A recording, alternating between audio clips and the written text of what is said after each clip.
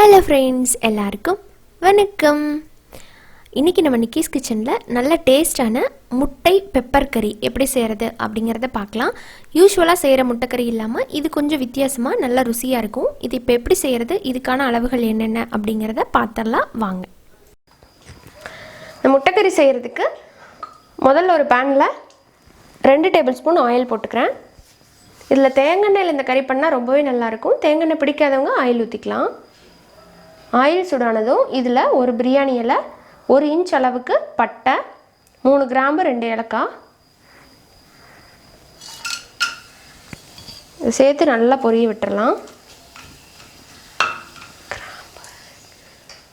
அடுத்ததாக இதில் பெரிய சைஸில் ஒரு பெரிய வெங்காயத்தை பொடிசாக கட் பண்ணியிருக்கிறேன். மீடியம் சைஸில் 2 சேர்த்துக்கலாம்.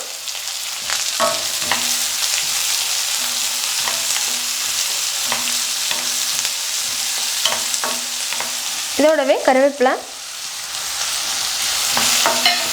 வெங்காயம் நல்லா கண்ணாடி பதம் வர அளவுக்கு வதக்கிக்கலாம். 2 பச்சை மிளகாவை கீரி சேர்த்துக்கலாம்.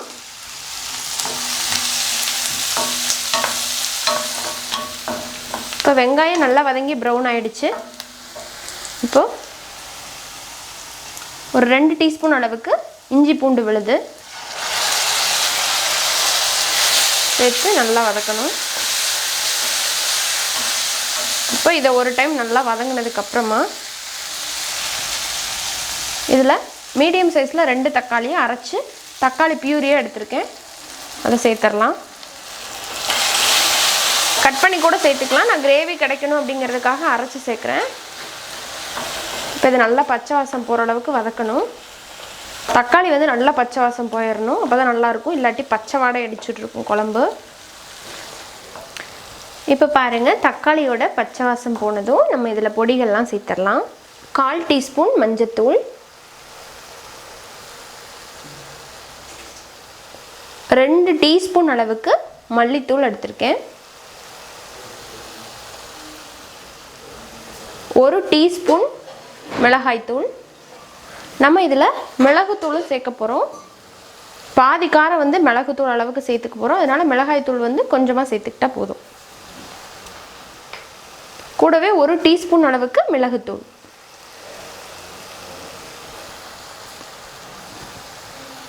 சேர்த்து நல்லா மிக்ஸ் பண்ணி விட்டுறலாம்.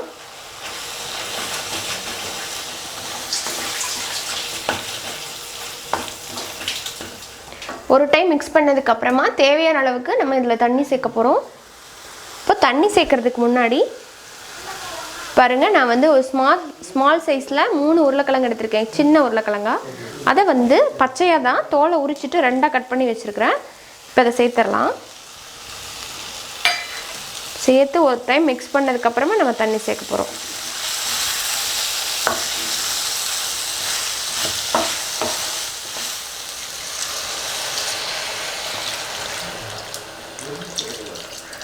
உருளைக்கிழங்கு நல்லா வெந்து வரணும். அதே நேரத்தில் நம்ம சேர்த்த மசாலா பொடியோட பச்சை வாசம் போகணும். இப்போ இதை மூடி போட்டுடலாம். அதுக்கு முன்னாடி கொஞ்சம் உப்பு சேர்க்கணும். கொஞ்சமாக உப்பு இந்த உருளைக்கிழங்குல நல்லா பிடிச்சி வேகிறதுக்காக சேர்த்து மிக்ஸ் பண்ணிவிட்டு மூடி போட்டுடலாம்.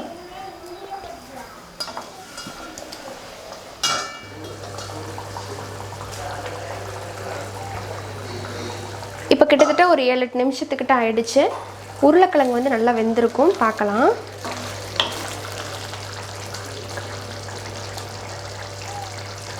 ஓ சூப்பர், நல்லா வெந்துருச்சு. இப்போ இதில்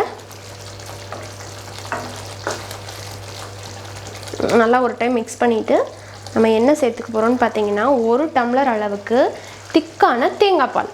இந்த தேங்காய் பால் தான் இந்த கறிக்கு ரொம்ப டேஸ்ட் கொடுக்கும். ஸோ நல்லா திக்காக சேர்த்துக்கோங்க. சேர்த்துட்டு நல்லா மிக்ஸ் பண்ணி விட்டுருங்க.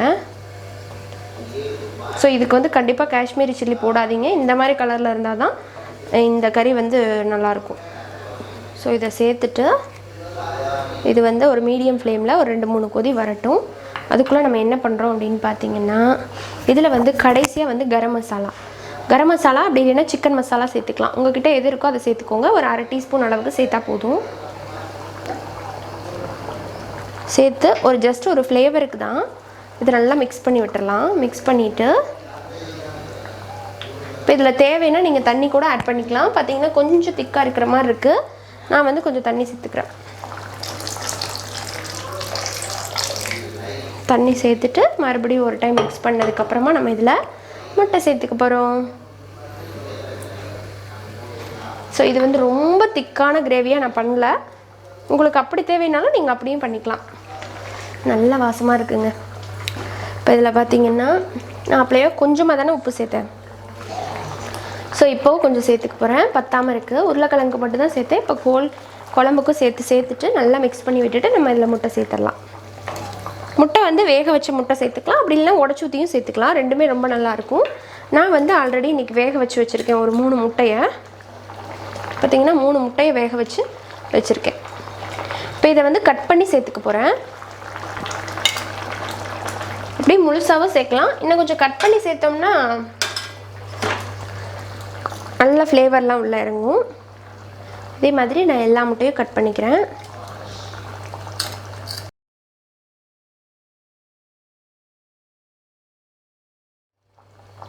ஸோ இந்த முட்டைக்கறியை கண்டிப்பாக ட்ரை பண்ணி பாருங்கள். இடியாப்பம், ஆப்பம், இட்லி, தோசை எல்லாத்துக்கும் அல்டிமேட்டாக இருக்கும்.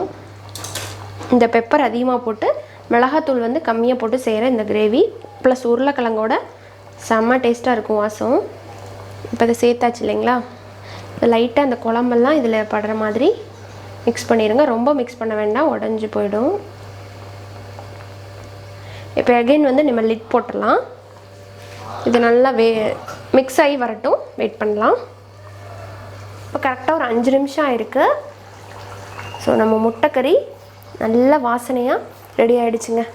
மொத்த வீடும் வாசம் செம்மையாக இருக்குது பாருங்களேன். சூப்பராக நல்லா அந்த மசாலாவோட அந்த முட்டையெல்லாம் நம்ம நல்லா மிக்ஸ் ஆகி ரெடி ஆகிடுச்சு.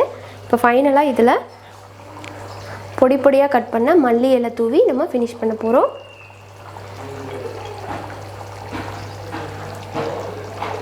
இந்த முட்டைக்கறியை கண்டிப்பாக வீட்டில் ட்ரை பண்ணி பாருங்கள் இதே மெத்தடில்.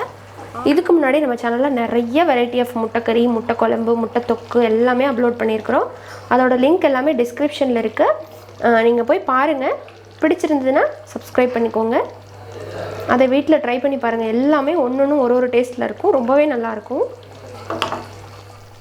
இந்த முட்டைக்கறியை ட்ரை பண்ணிவிட்டு உங்களோட ஃபீட்பேக் சொல்லுங்கள். பிடிச்சிருந்தால் லைக் பண்ணுங்கள். யூஸ்ஃபுல்லாக இருக்குன்னு நினச்சிங்கன்னா ஃப்ரெண்ட்ஸ் அண்ட் ஃபேமிலியோட ஷேர் பண்ணுங்கள். மறக்காமல் நம்ம சேனல் நிக்கீஸ் கிச்சனை சப்ஸ்கிரைப் பண்ணிவிட்டு கூட இருக்கிற பெல் சிம்பிளை அழுத்தி விட்டுருங்க. அப்போ தான் நான் இனிமேல் போடுற வீடியோஸோட அப்டேட் உடனுக்குடனே உங்களுக்கு ஒரு நோட்டிஃபிகேஷனாக கிடைக்கும். நான் போடுற வீடியோஸ் எல்லாத்தையுமே நீங்கள் மிஸ் பண்ணாமல் பார்க்க முடியும். இன்னொரு இன்ட்ரெஸ்டான அண்ட் ஹெல்த்தியான ரெசிபியோட உங்களை சீக்கிரமாக வந்து மீட் பண்ணுறேன். அது வரைக்கும் நன்றி, வணக்கம்.